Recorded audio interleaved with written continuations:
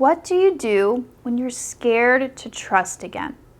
If you've been in bad relationships, abusive relationships, toxic relationships, your trust has been broken.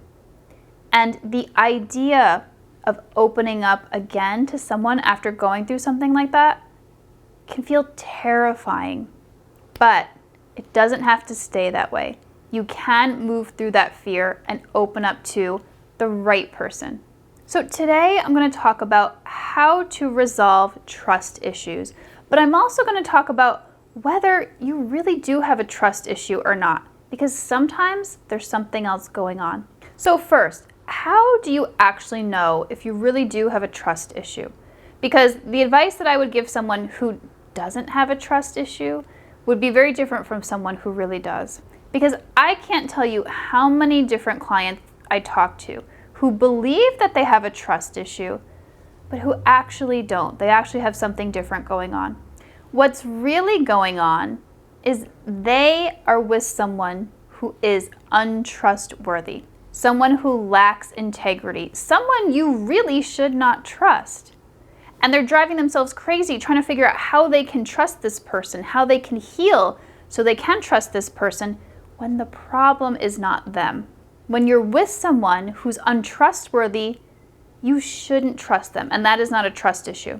So a trust issue, as we call it, this is not a diagnosis or anything. This is just a label that we put on someone who's having a hard time trusting people. This is when you're with someone who has not shown any indication of being untrustworthy. They're good to you, they treat you well, they do what they say that they're going to do, but because of what's happened in your past, you feel like you can't trust them. That would be a genuine trust issue. What is not a trust issue is you not being able to trust someone who is giving off red flags, who isn't treating you well, who's exhibiting shady behavior. Maybe they're texting other people on dating sites. Maybe they have an uncomfortably close relationship with their ex. Maybe they disappear for days at a time and they don't tell you where they're going. That is untrustworthy behavior. So what do you do if this is your experience? If you're trying to trust somebody, but they keep doing these things, they keep exhibiting these untrustworthy behaviors, and you've addressed them, you've asked them to stop, you've asked them to do things differently, and they don't. Well, this is probably not what you're wanting to hear, but you leave that relationship. It's that simple. You don't try to fix yourself, you don't try to heal yourself so you can trust them more, so you can trust them better, because again, the problem is not you. You don't have the trust issue.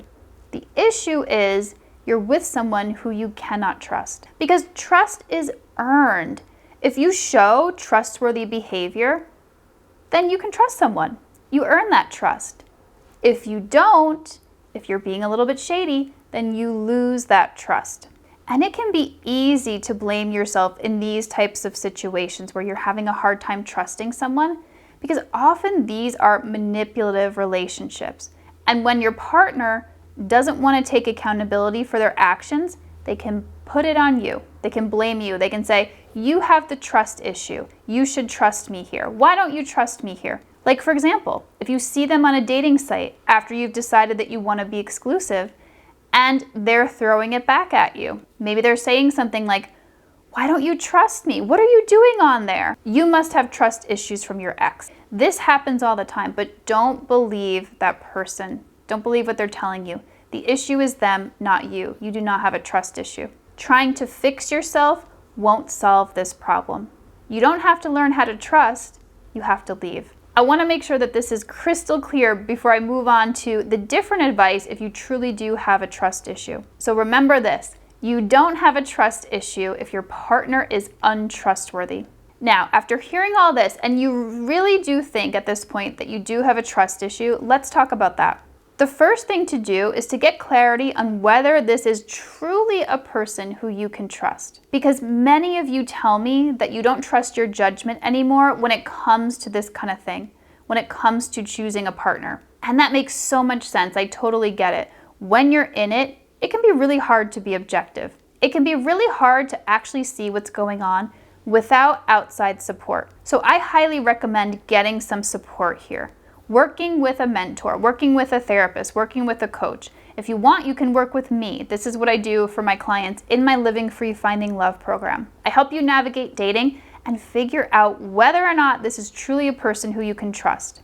But I don't care who you work with. Just make sure you're working with somebody who can give you objective feedback. Even friends and family, let them meet this person you're dating and be open to their feedback. Are they getting the feeling like this is a good person, this is someone you can trust? Or are they not? Because if you don't have that clarity, the rest of my advice here is really null and void. Don't listen to it if you're not sure if you can trust someone. I don't want you to get further into a toxic relationship. Now, little disclaimer here, you are going to have to give it some time in the beginning of dating to figure out, is this a person you can trust or not? This is not something that you're going to know immediately right after you meet someone. You have to date them for a while and see how they behave. See if they show up in a trustworthy way. So when you get the clarity that this is someone you can trust, this is someone who is trustworthy, I want you to start by shifting your mindset here. When you've gotten that objective feedback that this is someone you can trust, we have to look at trust issues not as a protective mechanism, but as self-sabotage. Let me explain more here. But first, before I go any deeper here, this is not the part where I want you to start getting hard on yourself. Because ultimately, at its root, self-sabotage is a protective mechanism. It's a coping mechanism for pain and fear. But when you're with a trustworthy person who's made it clear that they are safe, and the fear and the resistance to open up is still there, we have to look at it differently. We have to see it no longer as a protective mechanism, because we already know that this person is safe. We don't need to protect ourselves anymore. Now, this trust issue is actually keeping us from having the love and the connection that we're really looking for deep down. So let me go even deeper here on this. And before I do, I want to validate you here again if you're going through a trust issue like this. If there's still a fear of trusting people within you. Many of us have gone through really painful relationships where we were in positions where we could not trust people. So of course we're going to have walls up. Of course we're going to be distrusting. That's natural. So don't beat yourself up for that. Anyone who went through what you went through would be feeling the exact same way.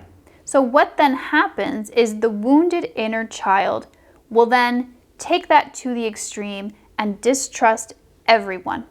That's just what it does. It kind of operates in that black and white way, even when this person has shown us that we can trust them. And that's when it veers into self-sabotage. Because the very thing that we want deep down, that healthy relationship, that love, that connection, the trust issues pushes it away. So while it used to function as a protective mechanism, it now no longer does. It's now no longer serving us. It actually keeps us away from the thing that we want. And real love, being with a person who you can actually trust, is so healing for trust issues. And I say this from personal experience. So how do we break out of this? How do we stop sabotaging our good, healthy relationship with our baggage from the past? Well, we start by getting uncomfortable. We get vulnerable. We start to let our walls down little bit at a time with people who we can trust. And this is the scary part. It can feel terrifying at first to start opening up again, to start letting your walls down. It can feel so vulnerable because of what you've been through in the past. But this is how you open back up again. You slowly open up and work through all of the emotions that come up as you do so. And I recommend doing it in baby steps, a little bit at a time, so that it doesn't overwhelm you. This is what creates a healthy relationship. Because as you might know, I've learned this in the past, if we switch the roles here, if the roles are reversed, you know how difficult it is to connect with someone who has trust issues, who has their walls up. You can't do it.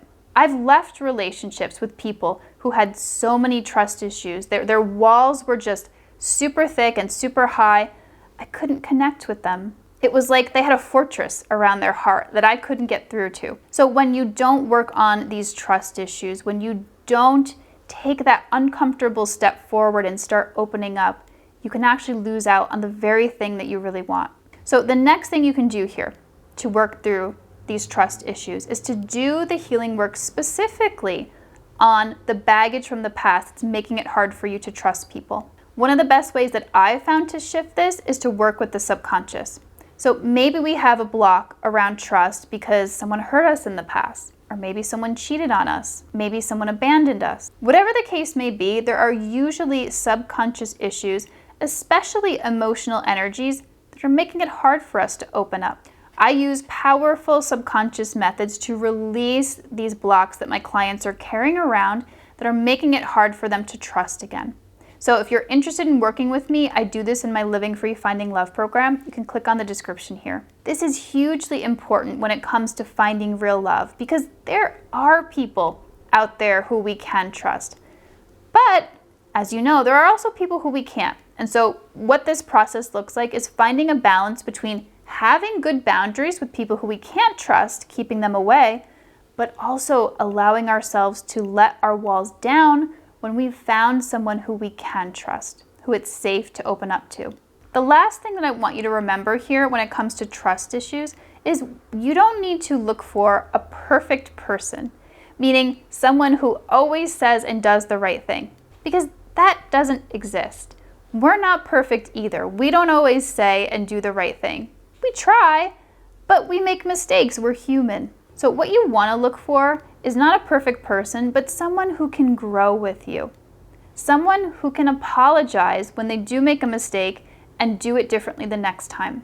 Someone who makes you a priority in their life and wants to be with you. Someone who has integrity and tries their best to do the right thing.